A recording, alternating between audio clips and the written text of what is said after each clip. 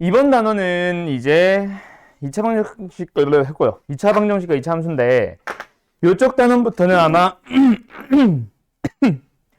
나랑 수업하지 않고 그냥 넘어온 친구들은 지금 조금 새로운 듯한 느낌이랄까?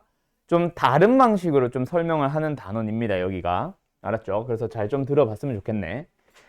나는 요 단원, 2차 방정식과 2차 함수 단원 최대 최소는 아니고 요 단원을 조금 다르게 설명합니다.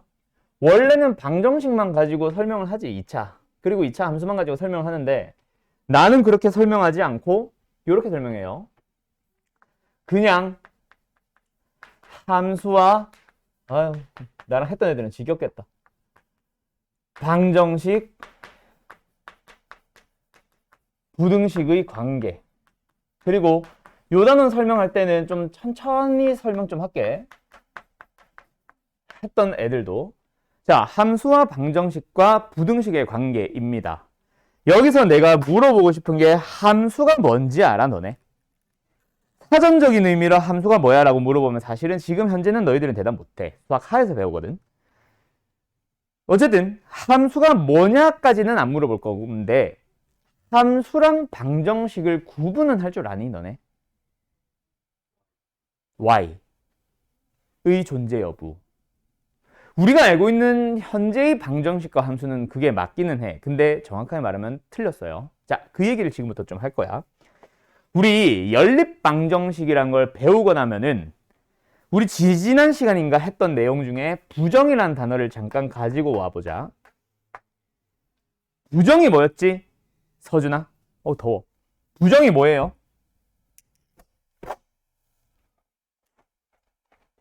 아이씨. 부정이 뭐예요? 정할 수 없는. 자, 그게 맞지? 부정 아니야 라는 의미가 아니죠. 맞죠? 그 부정도 있어요. 수학한 명제를 배워보면 명제의 부정에 아니야 라는 의미를 갖는 not, 물결 표시, 그게 있어. 수학과 배운 사람들 알 거야. 어쨌든 근데 그 부정이 아니라 이 부정은 투부정사에서 나오는 그 부정. 정할 수 없는 상태. 오케이? 투부정사도 약간 그런 의미 아니야? 그지? 품사가 정해져 있지 않은 놈 아니야? 투부정사가. 어쨌든 부정이 그겁니다. 근데 정확하게는 정해지지 않았다라기보다는 정할 수가 없는 상태라고 보시면 돼요. 그러면 직역을 하면 정할 수 없는 상태다. 그럼 좀 의역을 해보자. 그래서 무슨 뜻인데? 부정이라는 단어는 방정식에서 쓰입니다. 구분해줘야 되는, 이거는 안 써도 돼요, 여러분. 구분해줘야 되는 단어가 불능이 있었어. 기억나? 방정식에서 부정이 있었고 불능이 있었어. 부정은 정할 수 없는 놈. 불능은 정하는 것이 불가능한 놈. 맞지? 부정의 의미는 그래서 뭐였어? 유연아, 기억나? 어떤 방정식이 부정이다. 그게 뭐였어?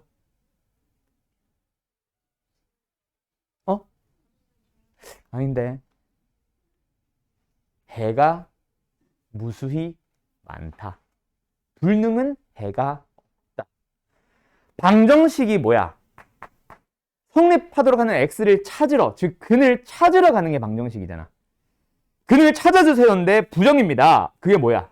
정할 수 없어요. 해가 뭐니? 라고 물어봤는데 정할 수 없어요. 왜 정할 수 없어? 해가 많아서. 해가 누구입니다. 라고 얘기를 할 수 없는 상태거든. 불능은 해를 구해봐 라고 했는데 불가능해요. 왜? 없으니까. 그 의미야. 어쨌든 내가 아까 처음 말한 거 연립방정식이라는 단원을 가보면 부정방정식이라는 단어가 그때 등장을 합니다. 그러면은 부정방정식의 의미가 뭐야? 방정식은 방정식인데 부정, 해를 정할 수 없는 상태입니다. 왜?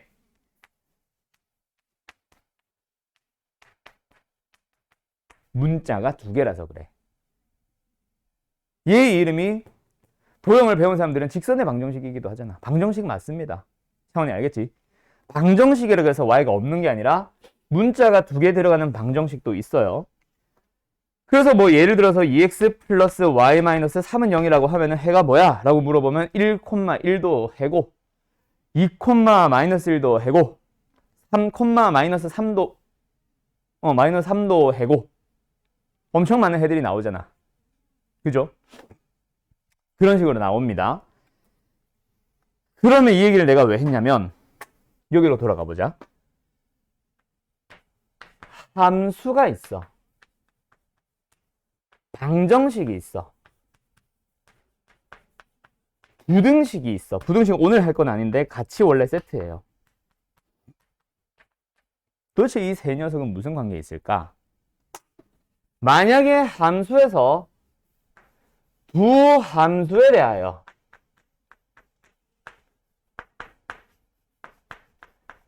만약에 두 함수가 만나는 교점을 찾아주세요 라고 말을 했다고 치자. 오케이? 그럼 너희 뭐하니? 연립을 합니다. 그럼 하나 질문을 해볼게. 연립은 원래 방정식에서 연립 방정식에서 공통인 해를 구하기 위해서 사용하는 연산이 바로 연립 아니냐? 근데 왜 함수에서 연립을 해? 교점을 구하라고 하는데 그걸 말하기 위해서 필요했던 게 요거였어요. 그래서 지금 이렇게 설명하는 거는 원래는 이렇게까지 안 해도 되는데 나는 요 단어를 좀 자세하게 설명하고 싶기도 하고 너희들이 왜 연립하는지 이런 것들을 좀 기본적인 상식으로 알고 갔으면 해서 하는 건데요. 요 녀석 다시 해봐. y는 형태로 정리할 수 있지. 우리 이 녀석을 중학교 때 뭐라 불렀어? 어떤 함수? 1차 함수. 그러니까 부정방정식이라고 불렀던 놈이 1차 함수라는 다른 이름을 가지기도 해. 그지? 결국 결론은 부정방정식 속에 함수라는 게 포함되어 있어요. 알았죠? 그래서 이렇게 생각할 수 있는 거지. 이 함수와 이거 좀 마저 설명하고 가자. 자, 그럼 여기서 무수히 많은 해들이 있다 그랬어. 그치? 예를 들어서 x가 1일 때 y가 1인 것도 해고 x가 2일 때 y가 마이너스 1인 것도 해고 x가 3일 때 y가 마이너스 3인 것도 해고 점점점점 굉장히 많은 해들이 나옵니다. 그리고 요 함수에는 지나는 점이라는 게 존재해요. 어떤 점들을 지나? 1,1이라는 점도 지나고 2,-1이라는 점도 지나고 3,-3이라는 점도 지나지. 그럼 둘이 관계 알겠어? 부정방정식의 해는 함수가 지나는 점이랑 동일해요. 요렇게 오케이? 그러면 다시 한번 우리가 이제 함수를 나타내자라고 할 때 이렇게 그래프로 표현하는 방식 있잖아. 그 그래프는 결국 뭐냐면 함수를 부정방정식의 입장을 생각해보면 지나는 점들은 전부 다 하나하나가 뭐야? 해들이야, 해. 부정방정식의 해. 자, 그러면 이제 다시 저기로 돌아가 보자. 두 함수의 교점을 구하라고 하는데 연립을 하는 이유는 뭐다? 결국 이 함수의 점이면서 그리고 동시에 gx의 점이기도 한 그런 놈들을 우리 교점이라고 부르지. 부정방정식으로 바꿔볼까? 이 함수 y는 x는 어느 하나의 부정방정식이기도 합니다. 그 위에 있는 해들과 요 함수도 역시 부정방정식의 해가 겹치는 공통인 해를 찾아야 돼. 부정방정식을 동시에 만족시키는 해를 찾으세요니까 우리는 연립을 해왔던 거야. 알았지? 이거는 이제 기초 상식으로 알고 가시면 되고 어쨌든 우리는 결론을 얘기를 하자면 두 함수의 교점을 구하고 싶으면 뭐 한다? 연립을 합니다. 그럼 이 상태에서 연립을 어떻게 하는데요, 여러분? y 있으니까 두 식을 뺀다라고 생각해서 좌변은 0, 우변은 fx-gx. 그래서 fx-gx는 0도 연립해서 얻은 식이고 또는 얘도 결국 y고 얘도 결국 y인데 공통인 해는 똑같은 y, 똑같은 x잖아. 둘이 똑같네. 그럼 여기서 똑같다라고 식을 세울 수도 있겠지. 그래서 연립을 해주면 fx는 gx가 되는데 그러면 아까 창환이 말한 대로 y가 사라지면서 x에 대한 등식이 하나 나오지. 요거 만족하는 x를 찾을 수 있는 바로 뭐야? 방정식이 되는 거야. 그러면 내가 말하고자 하는 거, 오늘 설명하려고 하는 첫 번째 내용 뭐다? 함수와 방정식은 무슨 관계에 있다? 두 함수의 교점을 찾기 위해서 연립해서 얻은 거를 우리는 방정식이라고 부를 거예요. 다시 한번. 두 함수의 교점을 구하기 위해서 연립을 했다? 그러면 뭐야? 방정식이 나온다. 알았음? 자, 그 다음 계속 가자. 그 다음에 방정식을 찾았다면 이 녀석이 뭘 찾을 수 있어? 근을 찾을 수 있지. 방정식의 근이라고 하면 실근도 있고 허근도 있는데 난 바로 실근으로 썼어. 왜? 문제에서 방정식의 실근이라고 얘기하기도 하지만 처음에 출발이 함수거든. 함수는 어디에다가 그림을 그릴 수 있어? 좌표 평면상에 그래프를 그릴 수 있는 대상을 우리는 함수라고 부르기도 하고, 그때 여기서 좌표 평면은 좌표축으로 만든 어떤 평면인데 하나의 좌표축은 다른 의미로 보면은 수직선이기도 합니다. 수직선 위에 점들을 표현을 하고 있는 거란 말이야.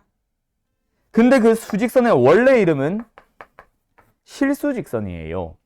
허수라는 거는 존재하지 않기 때문에 수직선상의 표현을 하지 못합니다. 눈에 보이는 실수들만 표현을 하기 때문에 우리가 처음에 함수라는 명칭을 썼다는 것 자체가 우리는 실수의 범위만 보고 있다는 약속이기도 해. 그래서 다시 두 함수의 교점을 구하고 싶으면 연립해서 방정식을 얻으면 되고, 그 방정식을 풀어서 실근을 찾아주면 x값이 나왔지. 우리 뭐 구하고 싶었는데? 교점 구하고 싶었는데 x값만 나오네. 그 말은 뭐다? 교점의 x좌표가 나온다라는 얘기지. 자, 그래서 결론 나갑니다. 두 함수의 교점의 x좌표는 두 함수의 식을 연립해서 얻은 방정식에서 실근과 동일한 얘기가 나옵니다. 이게 일단 함수와 방정식의 관계예요. 요 내용까지는 수학 상에서도 수학 하에서도 수학 1에서도 수 2에서도 그리고 미적분에서도 똑같이 쓰입니다.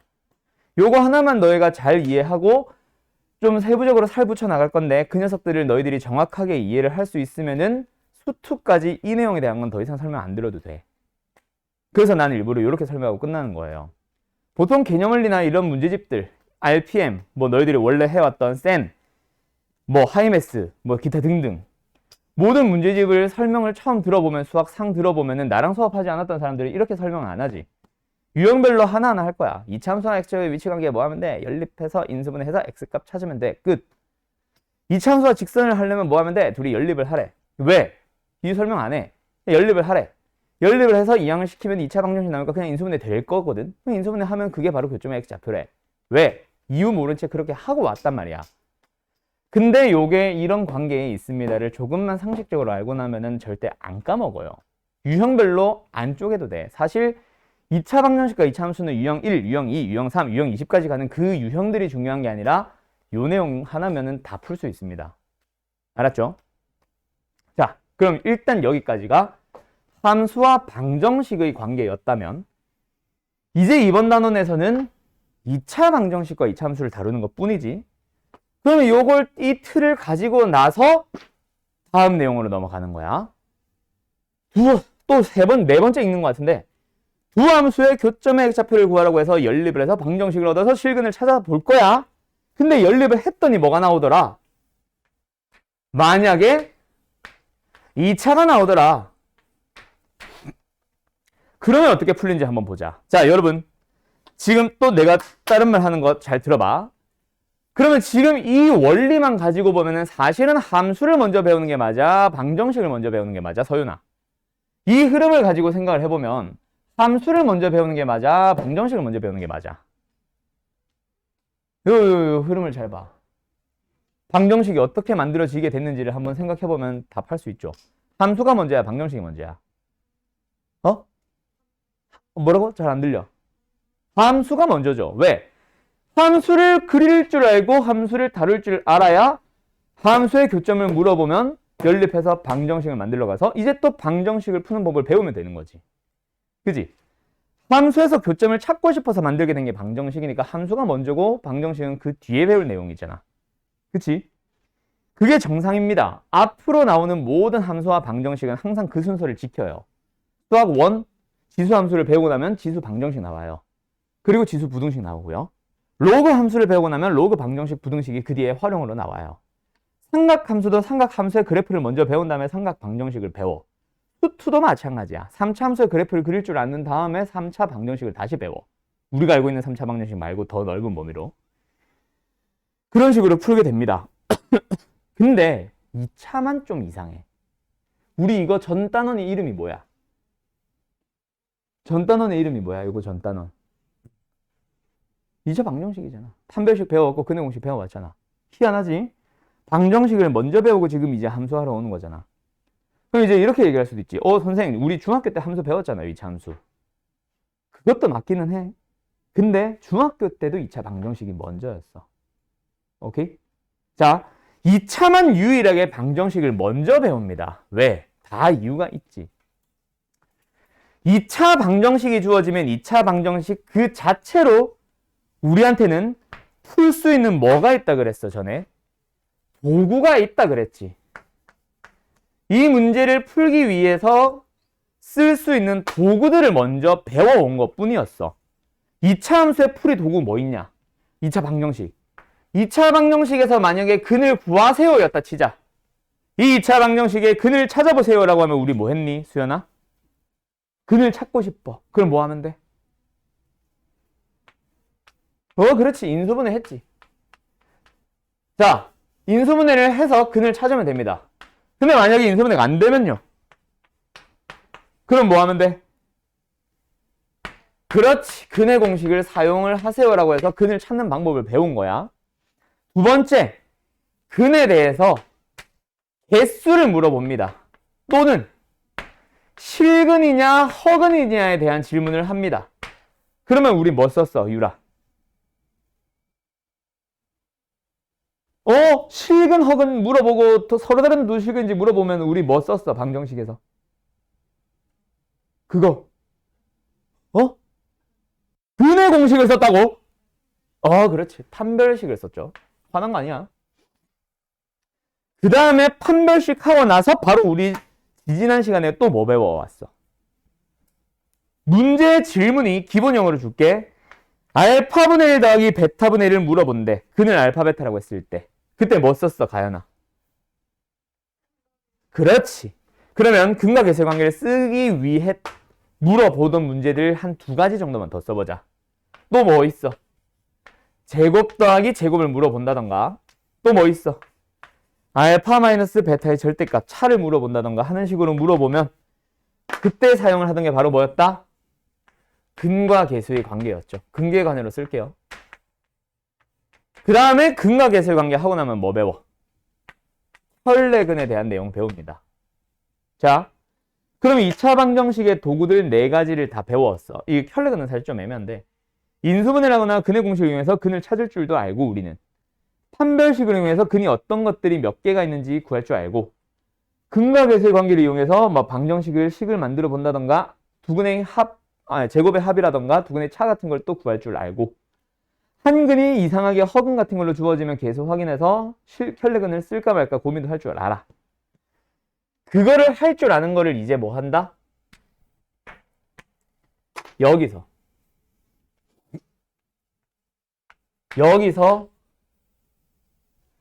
연결을 시켜두자. 뭐? 두 함수의 교점의 x좌표, 교점에 대해서 이러이러한 질문을 하면 이 도구를 쓸지, 이 도구를 쓸지, 이 도구를 쓸지, 이 도구를 쓸지를 미리 정해보자. 이거거든. 자, 그럼 다시 돌아간다. 근을 물어본다. 근이 뭐랑 똑같은데? 교점의 x좌표. 그러면 근을 물어본다. 교점을 물어본다. 같은 말이지. 즉, 만약에 뭘 물어본다면 교점을 직접 구해볼래? 라고 물어보면 너희들은 연립해서 방정식을 얻어서 근의 공식이나 인수분해 하시면 됩니다. 두 번째, 근의 개수? 이게 뭐야? 근이 교점이니까 근은 교점, 거꾸로 했다. 교점은 근의 개수는 교점의 개수가 되는 거지. 즉, 두 함수에 대해서 교점의 개수를 물어본다면 너희들은 연립해서 방정식을 만들어서 판별식 쓰러 가면 됩니다. 그 다음 세 번째. 패스. 네 번째. 혈내근을 쓰는 경우는 지난번에 내가 지우세요라고 했는데 너무 쉬워서 그랬었고 이번엔 써줄게. 교점에 대해서 한 근이 만약에 뭐로 주어진다면 이건 쓰지 말까? 허근으로 주어지면 개수 확인을 하세요. 그래서 다른 근을 1-2의 켤레근으로 잡으면 됩니다. 이게 바로 켤레근 내용이거든. 그래서 교점의 한 교점이라고 하자. 한 교점의 x좌표를 줘. 그때 그 x좌표가 뭐라면? 허수라면은 아니지. 교점은 실수범위라고 했죠.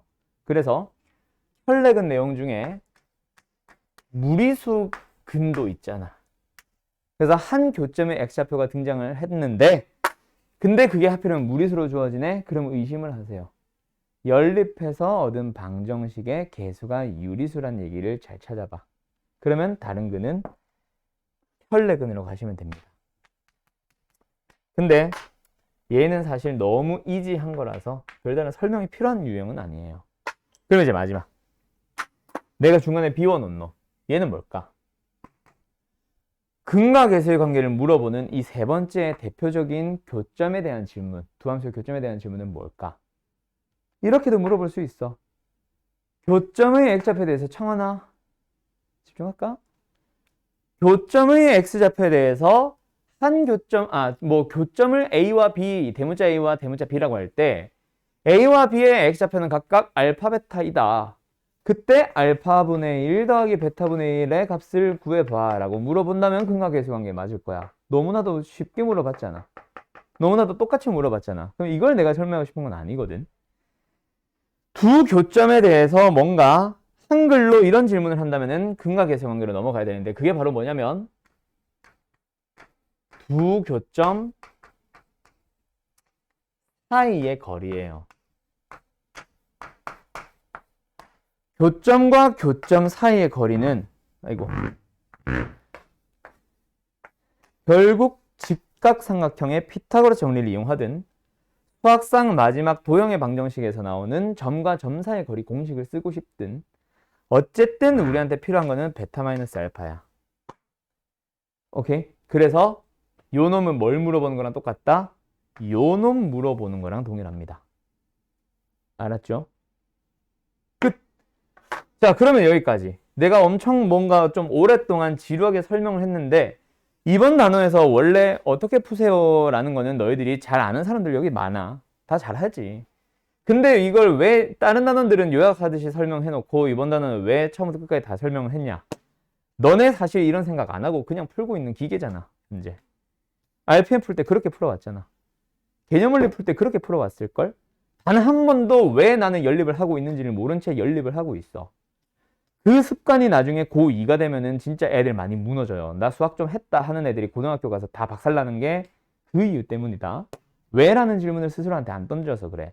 고2들 수업하다 보면 제일 답답한 것 중에 하나가 수투야, 수투. 수투를 가보면 미분이란 단원이 있거든. 그럼 애들이 막 미분을 해. 왜? 미분 단원이니까.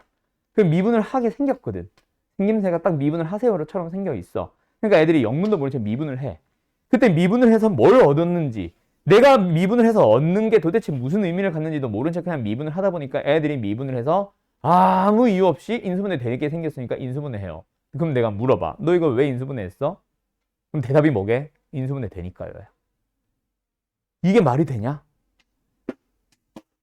오케이. 그래서 요 단어는 유독 2학년, 3학년 때까지 너희를 괴롭힐 단원이라서 일부러 좀 자세하게 설명하고 있는 겁니다.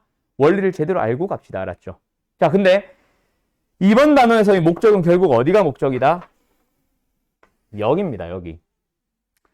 약간 공식화 하기는 해. 이번에 그래서 유형별로 쪼개놓은 것들이 이거랑 이거 연결시키기, 이거랑 이거 연결시키기, 이거랑 이거 연결시키기, 이거랑 이거 연결시키기. 함수의 얘기에서 어떤 질문들을 할 때 얘를 활용할지, 얘를 활용할지, 얘를 활용할지, 얘를 활용할지를 유형별로 다다다다닥 쪼개놓은 거예요. 그것만 해도 지금 4개, 5개 정도 나오는데 함수와 함수가 어떤 함수와 함수냐에 따라 또 두 가지씩, 세 가지씩 쪼개져. 그것만 해도 유형이 최소 8개에서 많게는 12개까지 쪼개져. 그래서 이번 단원의 유형이 대략 한 20개 정도 되는 거예요. 그러면 나는 이제 딱 한마디로만 요약하면 되지. 뭐?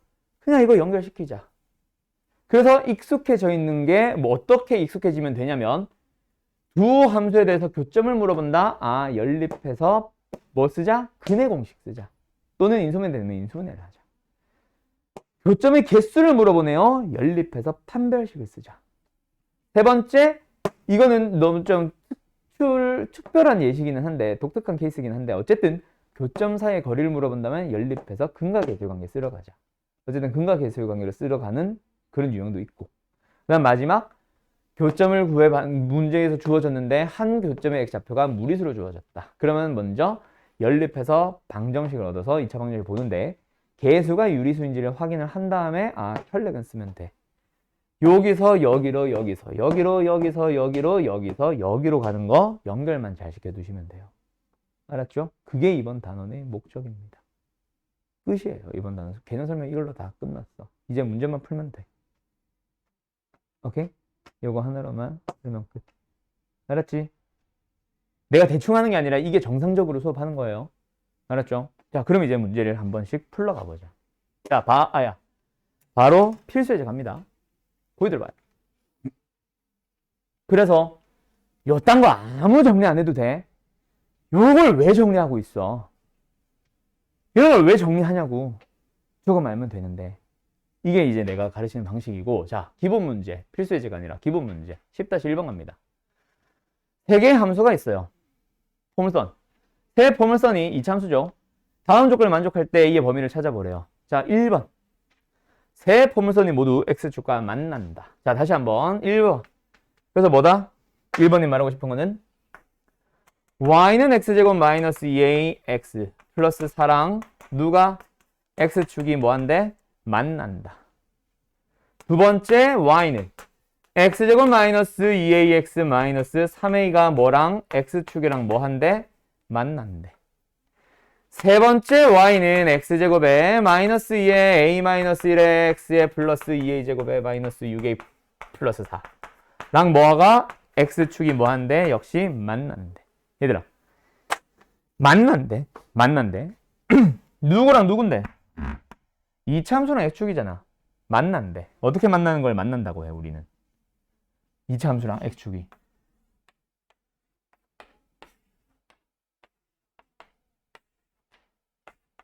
첫 번째, 두 번째, 세 번째 그림 중에 어떤 게 만나는 거야, 얘들아?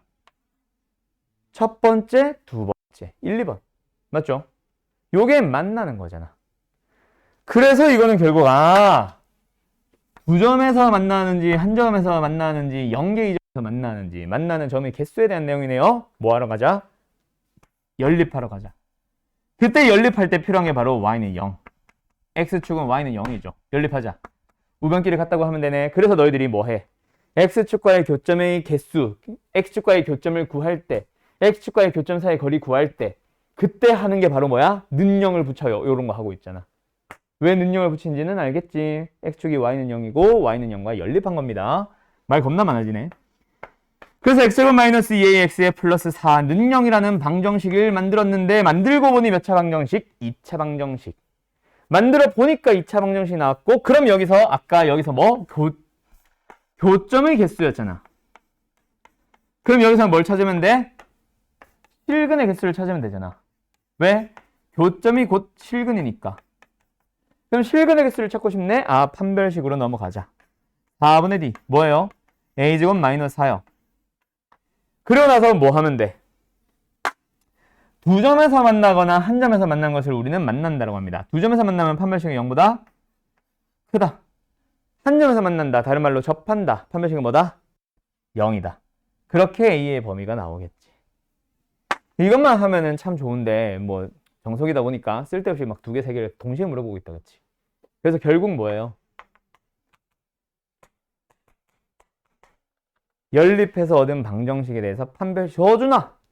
연립해서 얻은 방정식에 대해서 판별식 써주면 되고 연립해서 얻은 방정식에 대해서 판별식을 써주면 되는데 둘 다 판별식이 뭐 하면 된다? 0보다 크거나 같다, 크거나 같다. 그래서 얘 0보다 크거나 같다, 판별식이. 얘 판별식이 0보다 크거나 같다. 얘 판별식이 0보다 크거나 같다. 세 개의 판별식이 다 0보다 크거나 같다를 만족시키는 A의 범위. 동시에 만족하는 거니까 집합 배운 사람들은 교집합, 안 배운 사람들은 겹치는 범위를 찾아주시면 됩니다. 알았죠? 오케이. 계산이 지저분해서 그렇지 내용은 이해할 수 있겠니, 뭐? 서준아? 알았지? 그래서 요거는 진짜 계산 쓸데없이, 그지? 왜 이래놨을까? 이것도 0보다 크거나 같다. 아휴. 이 능력 어디 갔어?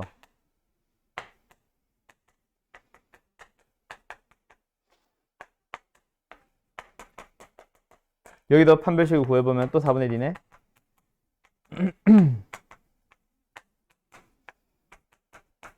얘가 어떻게 되면 돼요? 0보다 크거나 같다.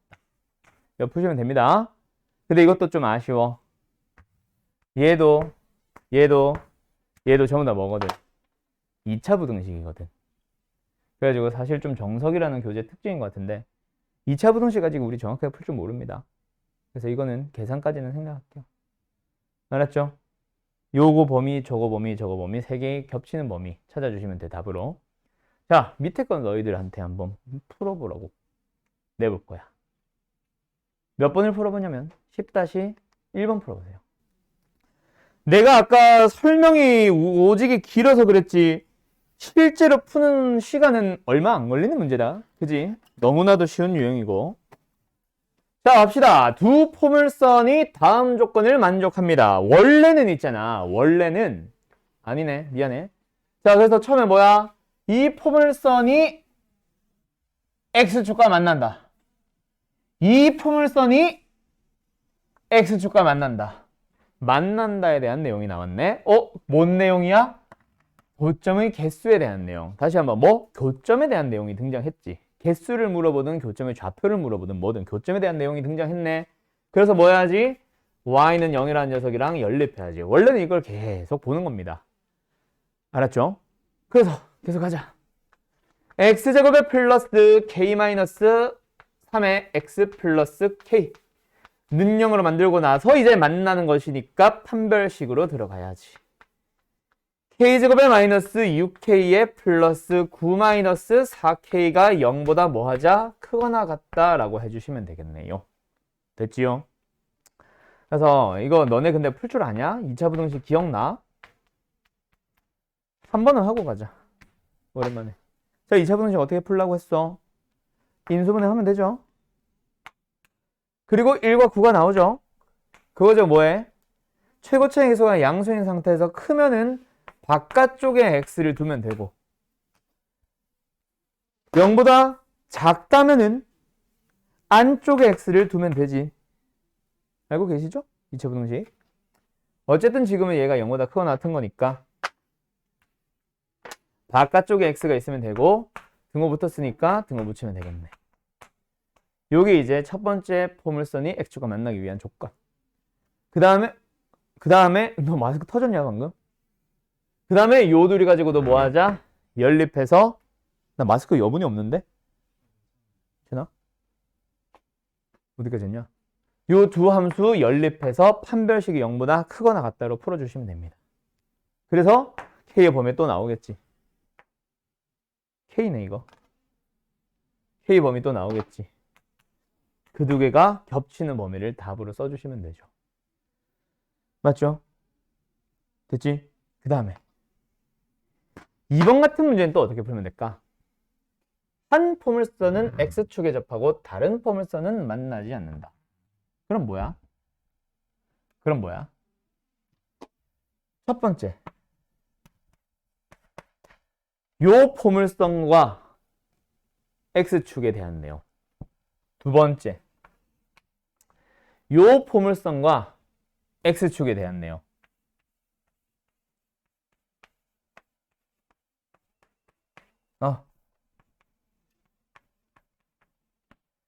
그리고 이번에도 뭐다? 이름이 조금 다르긴 하지만 조금만 생각을 해보면 교점이 하나다, 교점이 없다. 교점에 대한 내용 등장했으니까 이것도 뭐하네? 연립해서 판별식을 쓰면 되네, 그치? 연립을 해놨잖아. 판별식을 써주면 되잖아.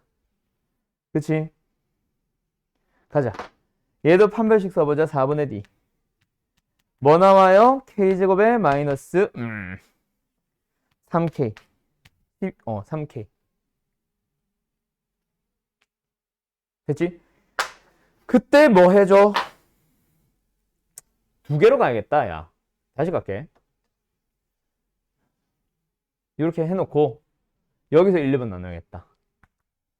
첫 번째. 접하는 게 얘일 때, 접하는 게 얘일 때. 그렇게 1번과 2번으로 나눌게요. 첫 번째는 뭐? 요 녀석.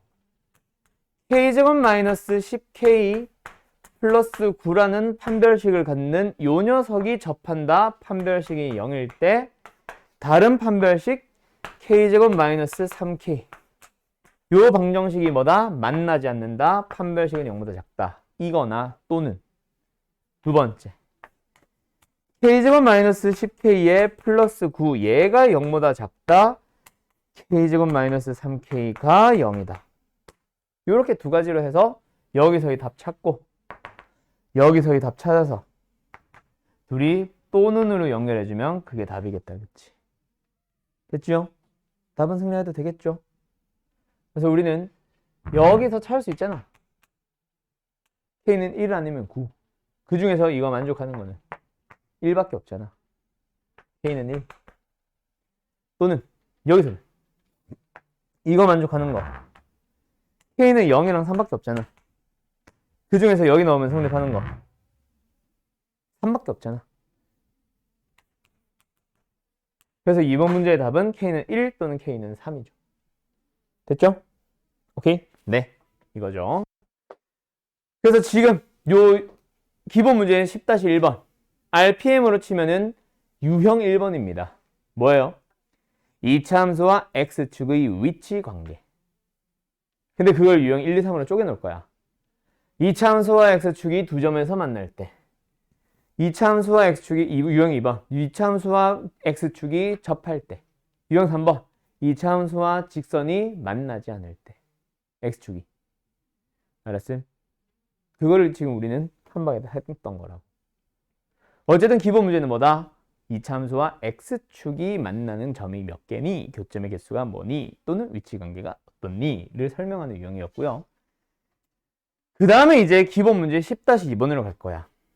얘는 갑자기 뭐가 등장했을까? 함수의 그래프가 등장을 했네요. 그 그래프를 보면서 방정식으로 만들어 가야지 이런 내용이 나온다, 그치? 나오겠다, 그치? 자, 가보자. F0이라는 녀석에 대한 근을 알파 베타라고 할 때 근의 합을 구하래. 그럼 얘를 풀 수 있는 방법은 두 가지를 일단 머릿속에서 떠오를 것 같아. 뭐? 이 방정식의 식을 구해서 근각계수관계를 쓰러 가야지 라고 생각하는 사람들도 있을 거야. 근데 이거는 틀렸지. 이거 보면서 fx의 식 구하러 가면은 멍청이죠. 구할 수도 없고, 오케이? 이건 그렇게 그럼 어떻게 가는데요? 자, 가자. 기본적으로 우리가 하지 말라고 하더라도 너희들은 생각은 같이 가져야 돼. 누구?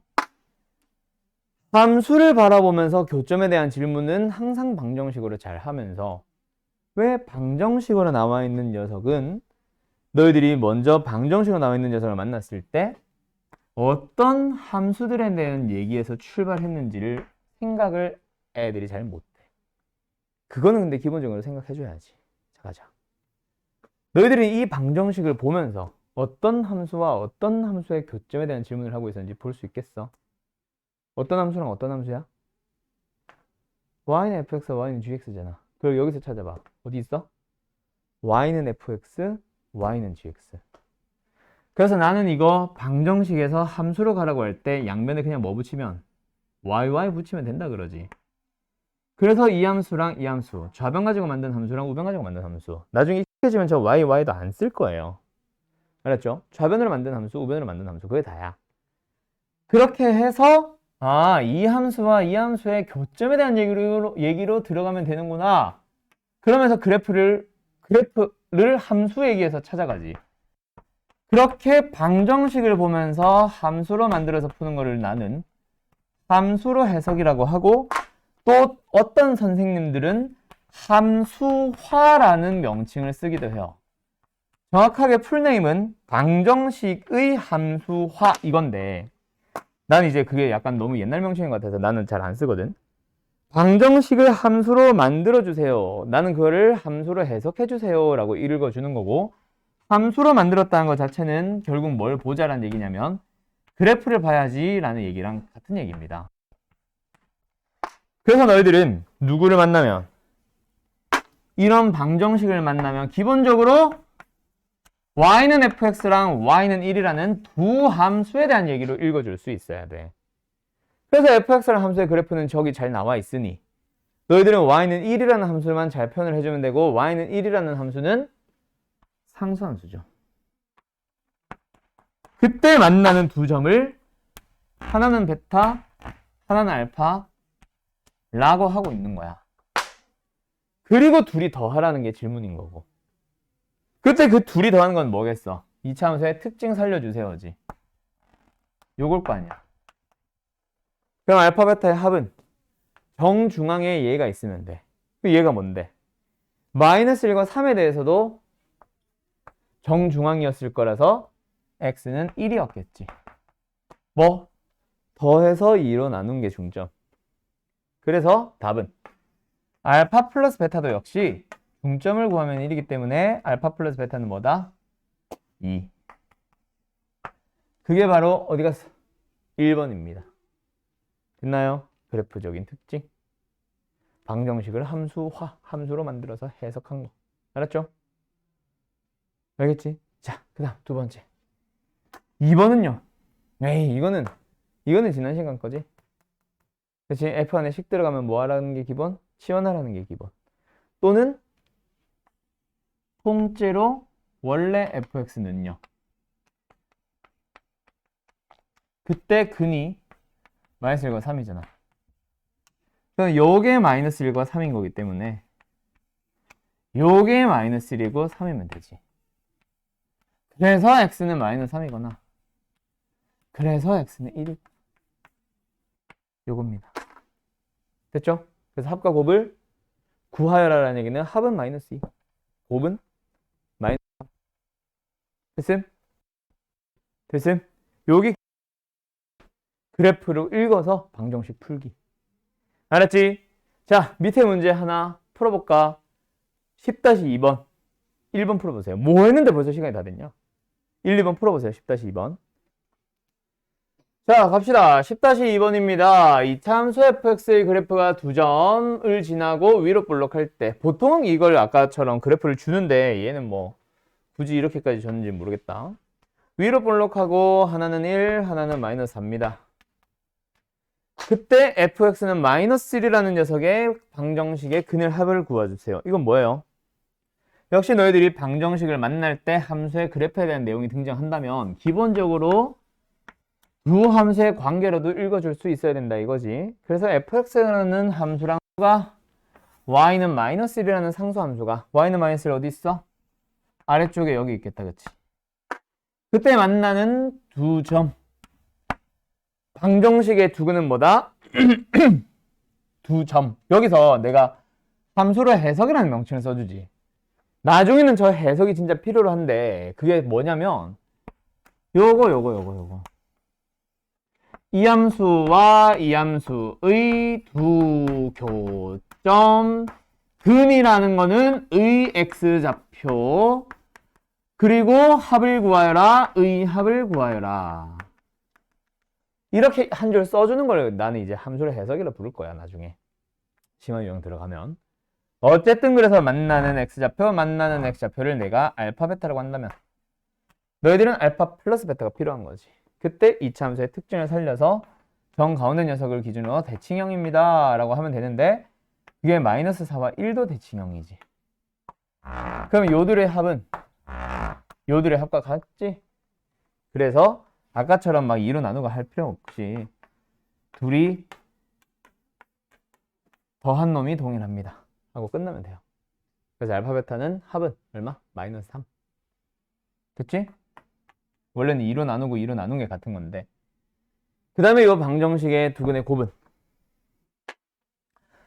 fx 는영의 두근이 마이너스 4랑 1이니까 여기에다가 마이너스 4 넣고 1 넣으면 성립한다는 거라서 여기에다가 마이너스 4 넣고 1 넣는 게 근이 되겠지.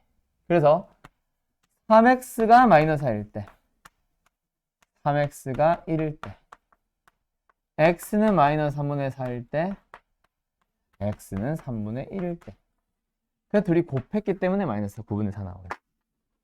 됐죠? 여기까지 뭐예요? x축과에 대한 내용 풀어본 거야.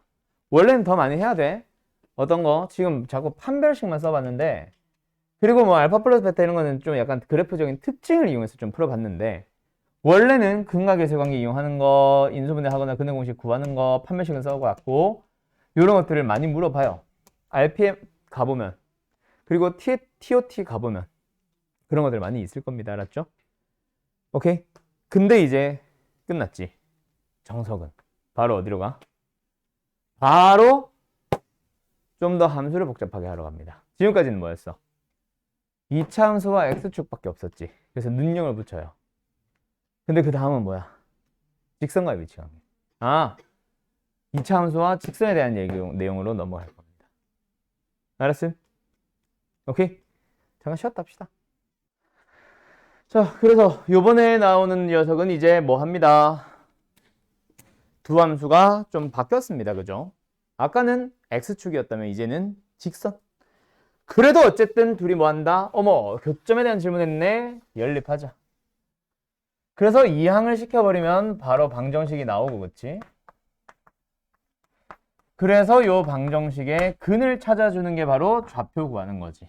그래서 1, 2, 1, 3, x 값은 1 아니면 2분의 3 하면 답인 거죠. 됐죠?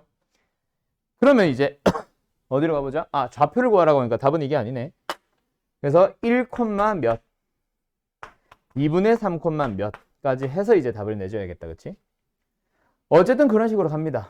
그리고 또 포물선과 또 다른 직선 가지고도 교점의 개수도 물어보기도 하고. 맞지? 자, 가보자. 이번에는 기본 문제 10-3번으로 갈 겁니다. 여기는 유제를 그냥 너희 바로 풀어버리자.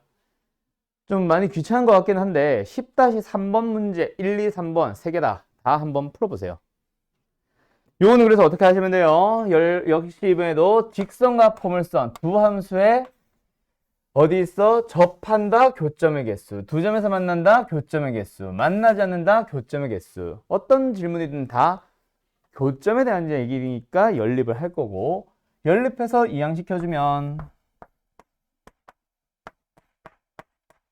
그거 조심하세요. 요 방정식에서 판별식 가지고 풀어주면 된다. 그치? 얼마야? 9-16 7? 그렇지. 그래서 연립해서 풀면 된다. 그치? 연립이 아니라 인수분해해서. 그래서 마이너스 7과 1 가지고 뭐 사이 범위로 갈지, 그 두 개의 값이 될지, 바깥 범위로 갈지는 2차 부등식 얘기도 있어서 뭐 일단 내가 자세하게 내용은 안 할게. 접하게 되면은 는영으로 풀면 되고, 두 점에서 만나려면 0보다 크다로 풀면 되니까 바깥 범위로 가면 되고, 만나지 않으려면 0보다 작은 거니까 마이너스 7과 1의 사이 범위로 가면 되고, 요게 답일 거예요. 자, 계속 가자. 그럼 이번에는 또 다른 내용이 등장합니다. 다음 두 포물선에 공통으로 접하는, 자, 이제부터 좀 활용하는 유형들이 등장을 하기 시작하는데, 활용한다 그래서 새로운 유형이 아니라 활용하는 유형은 배운 내용을 섞어서 뭔가 너희들이 스스로 해결책을 찾아가세요라는 유형이다. 그치? 그러니까 결국 뭐야? 접선의 방정식을 찾으래. 근데 공통으로 접한다? 그러니까 이거지 뭐. 요 내용이지. 이 직선과 이 포물선을 연립해서 판별식을 써봐도 는영으로 풀면 되고, 요 포물선과 같은 직선을 연립해서 판별식이 는영으로 풀면 되고, 둘 다 동시에 만족하는 뭐 직선의 방정식을 찾아주면 되겠습니다. 맞죠? 어때? 직선 자체가 y는 mx 플러스 n으로 잡아버리면 미수가 두 개인데 요거 연립해서 판별식이 0이다 해서 m과 n에 대한 식 하나, 요거 연립해서 판별식은 0이다 풀어도 m과 n에 대한 식 하나, 그 m과 n에 대한 식 두 개를 다시 한번 연립해서 마지막 답을 구하는 거겠다. 그쵸?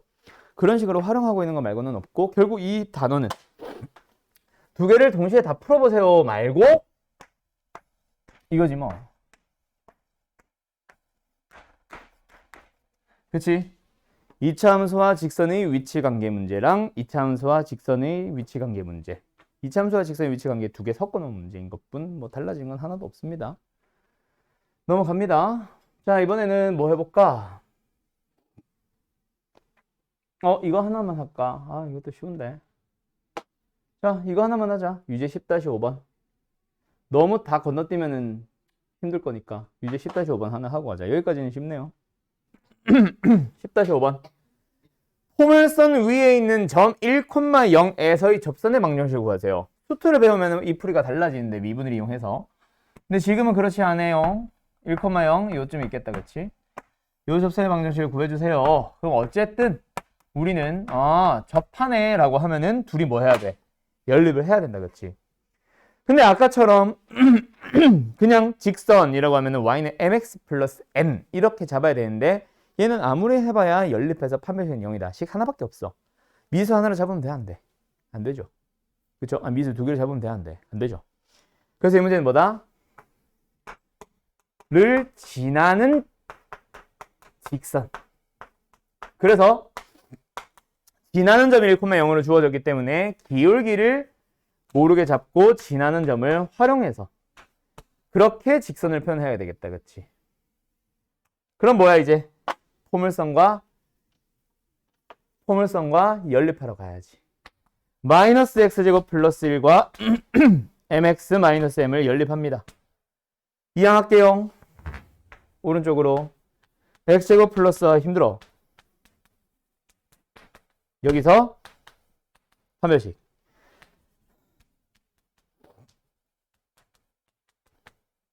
m 값은 뭐예요? 응? 마이너스 2. 맞냐? 그럼 답은 y는 마이너스 2x 플러스 2. 아, 맞네. 이렇게 나옵니다. 됐죠? 다들 답 나왔지? 다음. 절대값은 이제 내가 먼저 설명 안 할게. 알았지? 절대값은 너희들 한번 풀어봐. 절대값 그래프 분명히 그릴 수 있어요. 저 정도의 절대값은.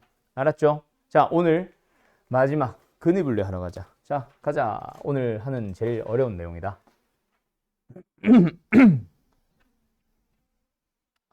다시 한번 저 내용 설명하고 가자. 결국 지금 너희들은 TOT에서 혹은 RPM이나 SEN과 같은 일반적인 유형서에서 훨씬 더 많은 유형의 문제를 만날 거야. 뭐는 함수에 대해서, 두 함수에 대해서 교점에 대한 질문을 하기 때문에 연립을 해서 방정식을 풀어야 되는 수많은 유형들을 만나게 될 거예요. 내가 만든 문제집들 보면은 막 이쪽 단원에서만 유형이 거의 한 33개쯤 됐었던 걸로 기억하는데 그 33개의 유형들이 전부 다 세부적으로 다 이 내용이거든. 근데 마지막에 하나가 이상한 게 있어. 그게 바로 뭐냐면, 자, 우리 오늘도 하기는 했었어. 어떤 거? 함수에 대해서 교점에 대한 어떤 질문을 하기 때문에 연립해서 방정식을 만드는 문제가 있는가 하면 처음에 주어지기를 방정식에 대한 얘기를 했는데 어떠한 경우에 함수로 바꿔서 함수의 그래프를 보면서 찾아야 되는 문제가 있었어. 그게 바로 뭐였다? 방정식을 풀기 위해서는 반드시 도구가 있어야 되고 그 도구를 쓸 수 있어야 방정식을 푸는 건데 도구를 쓰지 못해. 얘를 사용하지 못하는 일부 특정 문제들은 그래프를 이용하러 가야 됩니다. 아까 주어진 유형 두 번째인가? 그거 말고. 그거는 그래프가 주어져 있기 때문에 그냥 그래프를 사용하러 가는 의미밖에 없고 얘를 사용하지 못하는 경우가 있습니다. 그게 바로 대표적으로 어떤 문제냐면 근의 분리라는 게 있어요. 우리 지난 시간에 했었지. 어떤 거? 실근의 부호 기억나? 우리 했었던 걸로 기억하는데. 실근의 부호. 2차 방정식에 대해서 두근의 양수. 2차 방정식을 주면서 두근이 모두 음수입니다. 2차 방정식이라고 하면서 두근의 부호가 다르대. 이거 했어 안 했어? 이번 교재하면서. 표정이 왜 이렇게 처음 보는 표정이야? 나 안 했어? 뭐 해봐야 지난 시간일 거야 아마. 방정식의 마지막 날. 지난 시간은 문제풀이만 했고 그 전날.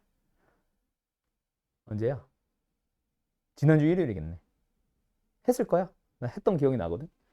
기본반은 아직 그쪽까지 진도 안 나갔기 때문에. 어쨌든 그래서 근의 분리라는 것도 실근의 부호와 굉장히 유사합니다. 근데 좀 달라. 실근의 부호는 합, 곱이라는 근각계수의 관계랑 판별식 두 가지를 모두 이용하면 풀 수 있는 녀석이었어요. 방정식의 도구를 하나만 가지고는 답을 못 내지만 요놈과 요놈 두 개 섞어서 풀 수 있었잖아. 그래서 방금 내가 말한 거 방정식에 대해서 뭐 두근의 모두 양수입니다 라고 주면은 합과 곱과 판별식 보자. 두근 모두 음수입니다 라고 줘도 합과 곱과 판별식을 보자. 이게 실근의 부호였잖아. 근데 근의 분리는 그렇게 해결하지 못합니다. 자, 근의 분리로 갑니다. 이번에도 2차 방정식이야. 2차 방정식에 대해서 이러이러하게 나오는 문제들을 우리는 앞으로 근의 분리라 부르기로 했어요. 그것도 알고 계셔야 된다. 자, 첫 번째. 2차 방정식에 대해서 두 근이 모두 하나의 예시야. 1보다 크다, 작다. 이런 식으로 주어진 걸 우리는 근의 분리라고 합니다. 또 두 근의 사이에 1이 있다. 이런 것도 근의 분리의 한 종류예요. 한 근은 두 근 먼저 하자. 잠깐만. 뭐 있지? 두 근이 모두 마이너스 1과 2 사이에 있다. 이것도 근의 분리 문제고요. 한 근은 마이너스 1보다 작고 다른 근은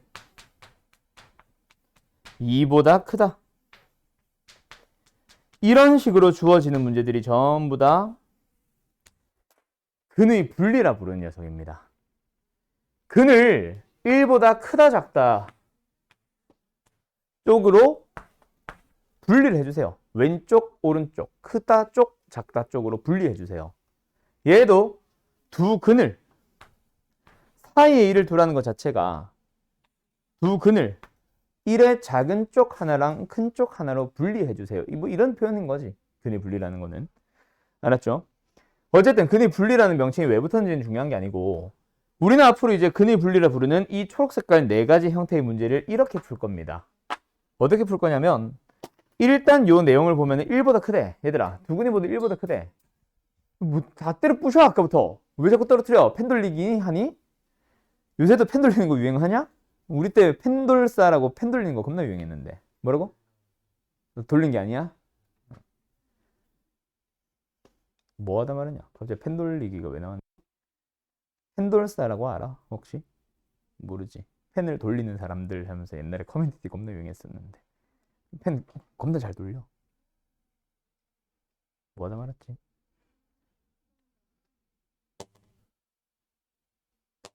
근데 여기서 뭐 얘기하려고 그랬어? 아씨. 푸는 방법? 이걸 푸는 방법을 벌써 설명을 냈다고? 아닐 텐데. 왜 그렇게 풀어야만 하는지 이거부터 설명하고 가자. 내가 이상했나? 어쨌든 두 근이 모두 1보다 크다라는 얘기를 이렇게 한번 생각을 해보자. 뭐? 첫 번째 도구인 근의 공식 또는 인수분해를 이용할 수 있어요? 없어요? 그걸 쓴다 그래서 1보다 둘 다 1보다 크다라는 걸 계산할 수 있어 없어? 근의 공식은 가능합니다. 가능은 해요. 불가능한 건 아니에요. 나중에 집합 쪽 가보면 그래서 근의 공식을 푸는 사람들도 생겨나. 근의 분리를 까먹어서. 그 풀이를 틀렸다고 볼 수는 없지. 오케이? 그냥 귀찮아서 그렇지. 내가 몇 번 했던 얘기인데 근의 공식은 사실 고등부에서 많이 쓴다 안 쓴다? 안 써. 미지수를 막 포함하고 있는데 근의 공식 어거지로 밀어붙이는 풀이를 써 안 써? 별로 안 좋아하거든. 그래서 좀 깊이 하게 될 겁니다. 나중에는. 어쨌든 근의 공식은 그냥 배제하고 인수분해는 안 돼. 미지수 자체가 이상하게 막 붙어있는 방정식들을 너희들이 만날 거기 때문에 어디 갔어? 인수분해 못해요. 안 돼요, 인수분해가. 오케이? 두 번째. 근과 계수의 관계, 판별식만 가지고 1보다 크다는 얘기를 할 수 있어 없어? 두 근이 존재한다까지는 할 수 있겠지. 근데 그게 1보다 크다라는 사실을 밝힐 수 있다 없다? 없어. 판별식 불가능. 근과 계수의 관계로 이거 가능 불가능? 두 근이 모두 다 1보다 크면 하나도 1보다 크고 다른 건 또 1보다 크니까 1보다 큰 거 두 개 더하면 2보다 크겠네요? 여기서 근과 계수의 관계로 가면 맞지만 개수가 합이 2보다 크다 그래서 두 근이 모두 1보다 크다는 얘기로 돌아올 수는 없지. 맞죠? 곱도 마찬가지야. 곱해서 1보다 크다 그래서 둘 다 1보다 크다는 얘기는 아니잖아. 하나는 2분의 1인데 하나는 3일 수도 있는 거잖아. 못해. 어디 갔어? 이런 건 못해. 근과 계수의 관계로 해결할 수 없는 녀석이에요. 그럼 짬뽕을 하면 되지 않을까요? 될 수도 있지. 근데 그거 찾는 게 더 어려워. 패스. 그럼 마지막, 이게 켤레근이냐? 그건 말도 안 되지. 자, 어때? 어떤 방정식에 대해서 두 근이 모두 1보다 크다라고 줬는데 너희들이 근의 공식 말고 인수분해나 판별식이나 근과 계수의 관계나 켤레근으로 해결할 수 있다 없다? 없다. 이게 바로 근의 분리입니다. 그럼 어떻게 해야 돼요, 선생?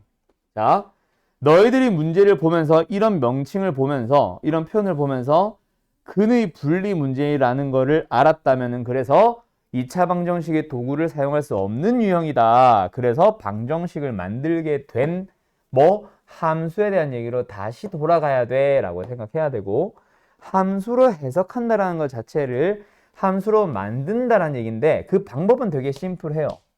알았죠? 양변을 yy 붙여서 두 함수에 대한 내용을 읽어주면 돼.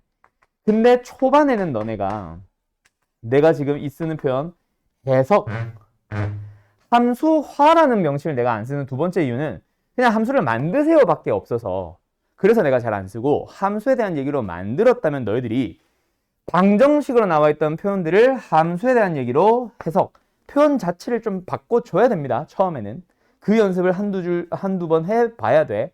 지금 나랑 했던 애들은 그 얘기를 많이 써봤지. 그래서 이제는 보자마자 할 수 있을 거야.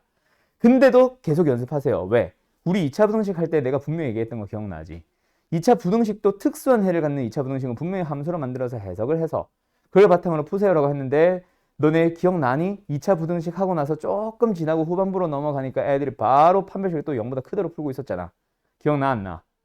항상 성립하는 2차 부등식인데 판별식 0보다 작다가 아니라 판별식 0보다 크다로 해서 왜 커요? 이러고 있는 애들 분명히 한두 명 있었다고. 기억남 안 남? 평면좌표 직선할 때. 오케이? 누구였지? 성범이었나? 없는 사람 욕해야지. 누구였지? 성범이 잘 살아있나 모르겠네. 어쨌든 그거를 왜 자꾸 질문을 하냐면 해석을 안 하고 자꾸 이제 익숙해지다 보니까 그냥 습관적으로 풀어서 그래. 그래서 일부러라도 해석을 자꾸 하세요. 어쨌든 해석을 하고 나면은 그래프를 그려보면서 그 그래프를 눈으로 확인을 하면서 딱 세 가지만 확인해 주면 된다 그랬고, 그 세 가지가 바로 뭐다? 그 세 가지가 바로 뭐다? 실근의 부호는 합곱판이었다면 근의 분리는 한판축. 그래서 너희들이 한판축이라는 명칭은 그런 대로 좀 들어본 사람들이 있을 거야. 이 유형이 바로 근의 분리예요. 그리고 나는 옛날에 얘기했지. 옛날에 내가 강사들을 가르칠 때는, 강사들을 키울 때는 나는 근의 분리라는 명칭 쓰는 강사들을 혼냈거든. 함수를 해석이라 부르라고 막 했었는데 이젠 나도 늙어가지고 힘이 없어서 이제는 다시 근의 분리라는 명칭 쓰기 시작을 했는데 늙었다니까 좀 그러네. 어쨌든 근의 분리라고 하면은 대부분의 선생님들이 명칭을 써요. 알았죠? 뭐 꼭 명칭을 알 필요는 없고 요거 4개만 기억하면 돼. 요 4개의 유형은 함수를 해석하자. 알았지? 그리고 어떻게 풀란 얘기야? 일단 문제 보자. 기본 문제 10-6번에 괄호 1번 하나만 볼게요. 2차 방정식입니다. 분명 방정식을 만났어. 그 2차 방정식을 보면서 근에 대한 다음 얘기를 만족하도록. 1번. 두 근이 모두 1보다 크다. 생김새 자체가 근의 분리. 딱 있지? 2보다 크다든 0보다 크다든 0보다 크다 아니고 마이너스 1보다 크다든. 맞죠? 2번. 두 근이 모두 1보다 작다. 같은 얘기죠. 비슷한 얘기죠. 3번. 하나는 1보다 크고 하나는 1보다 작다. 1보다 작다 쪽이나 크다 쪽으로 근들을 분리하고 있잖아. 두 근을 분리하겠다는 얘기가 아니라 두 공간 중에 근을 분리시켜 두라고. 두 개가 같은 곳으로 분리되든 뭐든. 자, 어쨌든 1번 풀자. 그럼 너희들이 1번 문제 머릿속에서 먼저 이 문제 근의 분리야. 근의 분리 어떻게 풀더라? 함수로 만들려고 했어. 그럼 함수로 만들면서 표현 방식을 좀 바꾼 다음에 그 다음에 그래프를 그리라고 했어. 그리고 반드시 그래프를 그렸으면 그 그래프를 보면서 딱 세 가지 확인하자. 한판축. 요 흐름이 너희들 머릿속에 계속 따라다녀야 됩니다. 그냥 습관적으로 연립하는 게 아니라 습관적으로 두 함수로 찢고 습관적으로 그냥 그래프 그리고 습관적으로 그냥 한판축만 보는 게 아니라. 알았죠? 자, 가자. 어쨌든 그래서 문제 다시 좀 쓸게. x제곱 마이너스 2mx 플러스 3m은 0이다에 대해서 의 두 근이 모두 1보다 크도록 이렇게 나왔다 치자. 자, 그럼 이제 뭐 해보자? 함수로 해석을 해보자. 근의 분리라는 걸 알았으니까 함수로 해석을 해보자. 뭐 하면 돼? y. 그때 근의 분리는 보통 좌변은 y보다는 fx를 좀 더 많이 쓰기는 해. 근데 그러면 이럴 때는 어떨 때는 y 붙였다가 어떨 때는 fx 붙였다가 하면 헷갈리니까 아직 초반에는 나는 그냥 y라고 쓸게요. 그래서 어쨌든 요거 함수, 요 함수에 대한 내용으로 한 줄 써보는 거. 뭐? 해석을 하러 가야지. 함수로 만들고 끝이 아니라 해석을 합니다. 이 함수와 이 함수의 방정식에서 나오는 두 근은 함수에서는 두 교점이, 정확하게는 교점의 x좌표가다. 교점이 모두 뭐하다? 1보다 크도록. x좌표가 큰 거니까 더 오른쪽에 있도록 이라고 읽어주는 거. 요거 한 줄을 그냥 우리는 해석이라고 불러요. 크다 오른쪽, 작다 왼쪽. 두근 두 교점. 됐음? 자, 그 다음에 그러면 이제 이걸 바탕으로 그림을 그려주면 되지. 뭐? 두 함수가 두 교점이 모두 1보다는 어디 갔니? 1보다 오른쪽에 오도록. 오른쪽. 그럼 뭐야? 최고차의 계수가 1. 양수인 2차 함수를 그려. 그리고 우변 y는 0. x축을 그려. 두 교점에 대한 내용이니까 얘네들을 눈으로 바라봐. 얘네들이 노란색 동그라미들이 뭐보다 1보다는 오른쪽. 그럼 1은 더 왼쪽에 있다는 얘기지. 그럼 이제 그림 다 그렸어. 요 그림을 보면서 딱 세 가지 읽어주자고. 누구 함, 판, 축. 자, 참고로 한판축이 뭔지 지금부터 설명할게요. 근데 한판축이라고 안 하고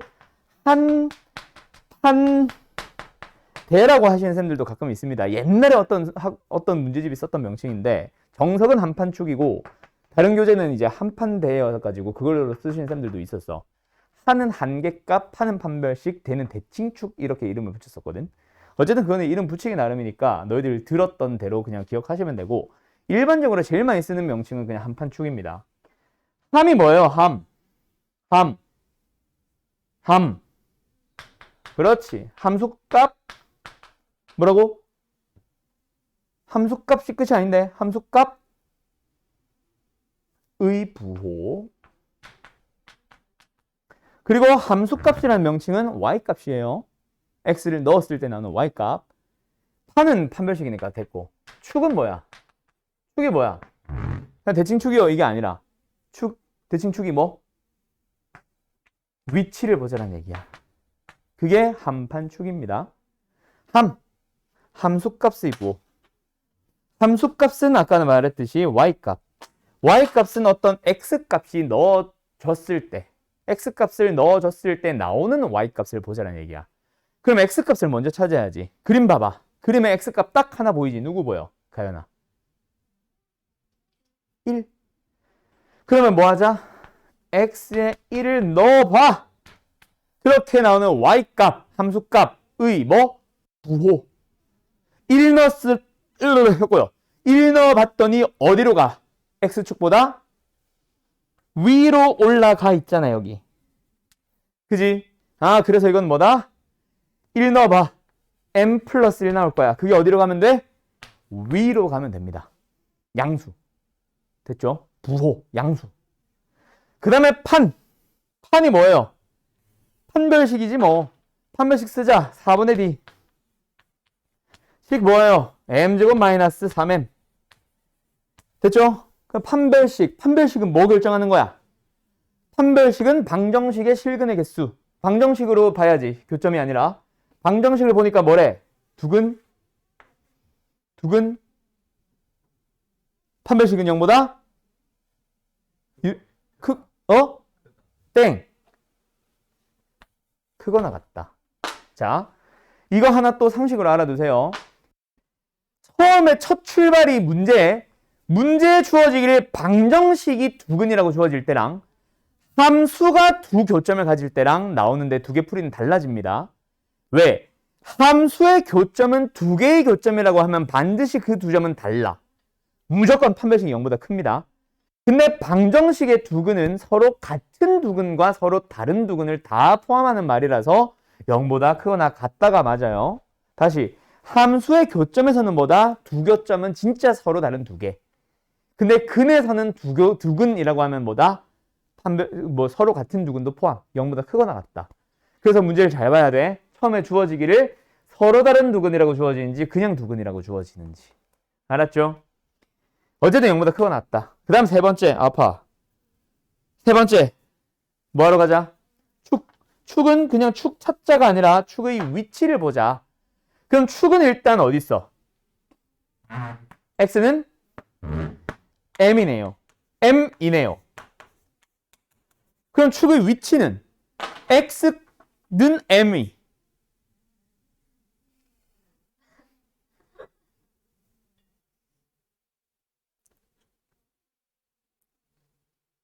자, x는 m. 어디 있어? 비교 대상이 어디 있어? 그렇지. 1보다 오른쪽. 그래서 축의 위치 어디 갔어? 축의 위치 m은 뭐 하다? 1보다는 오른쪽에 있다. 더 크다. 그래서 이제 이 세 개 다 연립하면 됩니다.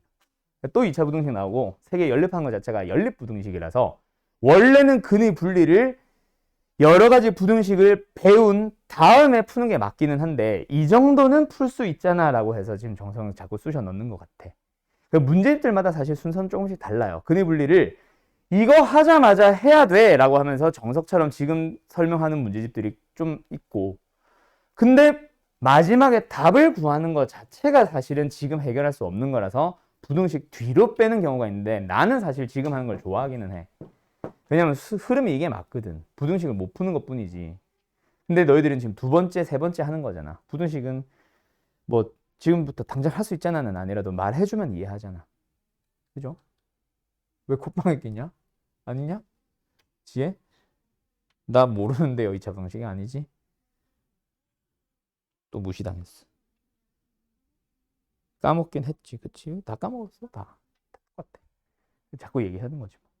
어쨌든 그래서 공통범위를 구하면 되겠지. 요거 크다니까 바깥 범위로 3과 0의 바깥 범위로 가서 세 범위를 수직선상에 막 표현을 하고 세 개 다 겹치는 범위 찾아주면 답이겠죠. 이게 근의 분리입니다. 어때요? 쉽죠? 내가 풀 때는 쉽죠?